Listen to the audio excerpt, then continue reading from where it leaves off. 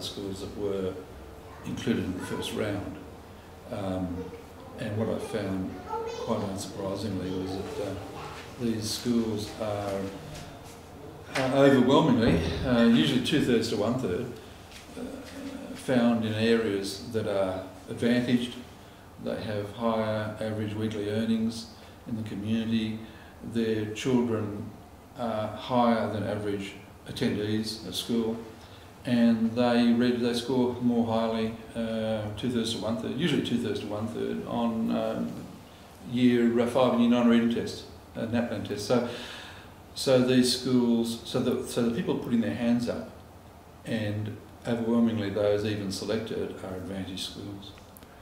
So they're selected to succeed?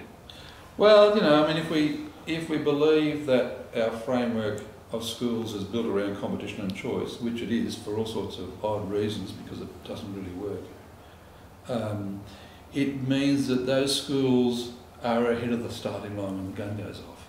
I mean, they're advantaged, and there's ample evidence around Australia and overseas that schools in that situation, regardless of whether it's a devolved or centralised system to some extent, those schools accrue advantages that other schools don't have. And they also accrue students. Schools in high SES areas in Melbourne, for example, have grown enormously in the last decade and a half. And my studies in New South Wales have shown the same thing. We watched it happen in Victoria, and we've watched what's come in here now. A lot of the guidelines seem to be almost contradictory. Is that how you've seen what you've been advised so far? Yeah.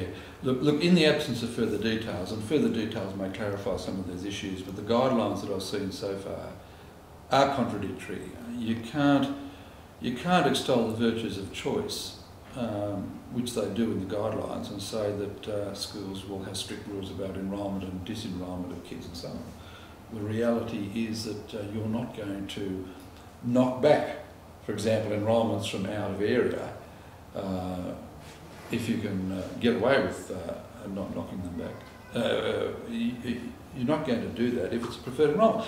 Look, I've been a school principal for 15 years and I have a great regard for my colleagues, but even in a centralised system, there's not many rules that get between a school principal and a desired enrolment, no matter where they come from.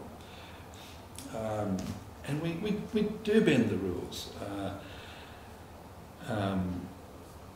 And that's not a good thing. I mean, in my previous school, my school captain came from I was head of school in northern Sydney. The school captain came every day from a suburb in Western Sydney. Was enrolled before my time, but I don't know whether I would have rejected him as an enrolment if it had been in my time. I don't know. He was a highly engaged, motivated, articulate kid. Principals shouldn't have that pressure put on them. You and Jane Caro wrote The Stupid Country. Are we still?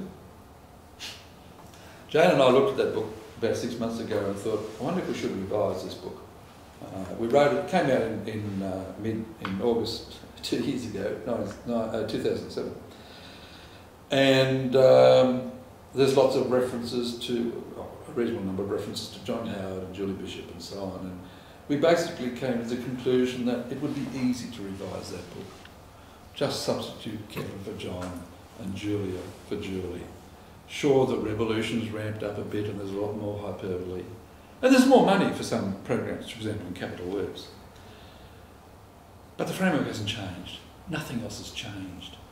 And there's this almighty gap between the elephant in the room stuff that needs to be done in such areas as school funding and equity, and the stuff that politicians find easy to do, populist, resonating, and low risk, and no risk.